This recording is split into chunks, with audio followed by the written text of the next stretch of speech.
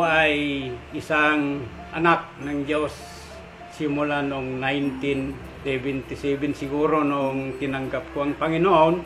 Pero beyond that, ako ay sumasali na sa Sunday School, nakikinig na ako.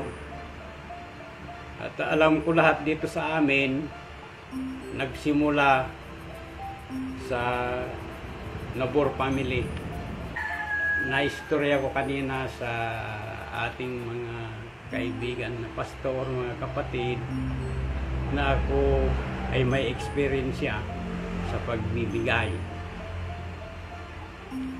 Noon, may pastor na nagbigay ng kanyang mensahe patungkol sa pagbibigay sa Panginoon. Gawin ninyo, sabi niya. Gawin ko nga. Kako rin. Ako walang pira noon. Yung mga barya lang dito sa bulsa ko. Baka yung pang-aras ang nakuha ko, yung no ikinasal ko. Binigay ko. Pero napalitan ka agad yan. Pagkaran lang ng mga 2-3 oras.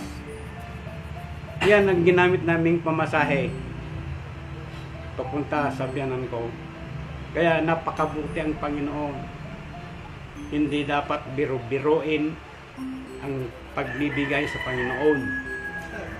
Dapat tapat ang iyong puso kung magbigay ka. Lahat ng mga nakikinig ngayon,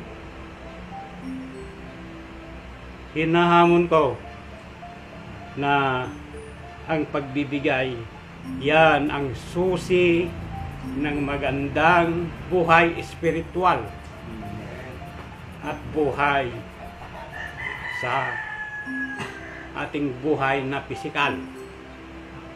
Hahaba ang ating buhay.